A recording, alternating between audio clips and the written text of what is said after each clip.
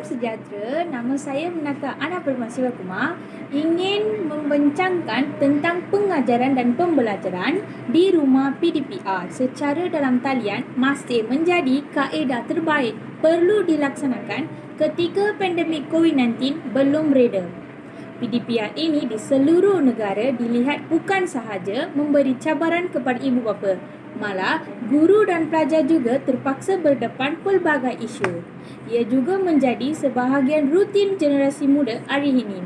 Walaupun pelaksanaannya sudah masuk fasa ketiga, terlalu banyak isu dan runggutan timbul mengenai, malah ia sudah kedengaran sejak peringkat awal lagi. Kita ada dua wakil sebagai seorang ibu dan seorang pelajar bagi memberikan pandangan mereka atas pembelajaran dan pengajaran dalam talian. Sejahtera Miss, saya terdapat seorang wanita wakil ibu memberi beberapa pandangan Miss terhadap pengajaran dan pembelajaran PDPR secara online. So, apakah pendapat Miss terhadap pembelajaran dan pengajaran? Nama sejahtera cikgu. Nama sejahtera Miss. So, nama saya Pravina. Saya wakil sebagai ibu. So, saya suri rumah. Hari ini saya nak kongsikan pandangan saya tentang PDPR online.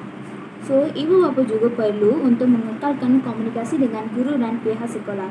Ini adalah penting kerana mungkin anak-anak terlepas mesej atau maklumat yang penting yang kongsikan oleh cikgu dari WhatsApp ke atau mana-mana. Ibu bapa juga perlu memainkan peranan memastikan anak tidak tercicir. Dan ibu bapa juga berkemampuan menyediakan kelas tambahan atau tutor peribadi adalah menyelesaikan terbaik. Akhirnya, ibu bapa perlu memahami norma baharu pendidikan, melengkapkan pelajar dengan teknologi seperti komputer riba, telefon dan akses internet agar mereka mendapat menghindari kelas dan dalam talian tanpa kerisauan. Okey, terima kasih Miss atas pandangan Miss. Ini semua saya ingat semua ni memberi kelebihan untuk pandemik ini dalam anak-anak kita belajar dalam online secara atas talian. Okey cikgu, terima kasih. Selamat sejahtera Dek. Hari ini cikgu nak adik memberi sedikit pandangan adik atas pengajaran dan pembelajaran dalam talian. So, mari kita pergi. Salam sejahtera cikgu, nama saya Sanjivan Sivakumar. Pandangan saya terhadap PDPR dalam talian adalah adanya saya sering membuat bising dan mengganggu ketika saya mengikuti kelas dalam talian. Sukar untuk saya mendengar suara cikgu dan pelajar lain. Kalau ada yang hendak bertanya soalan pun, cikgu hanya teruskan mengajar kerana tidak mendengar soalan dan suara pelajar. Risau membelikan telefon atau komputer. Agak mencabar kerana memerlukan komitmen tinggi untuk menyertai sesi Google Meet. Terima kasih cikgu. Okey adik, terima kasih untuk kongsikan beberapa pandangan adik yang adik menghadap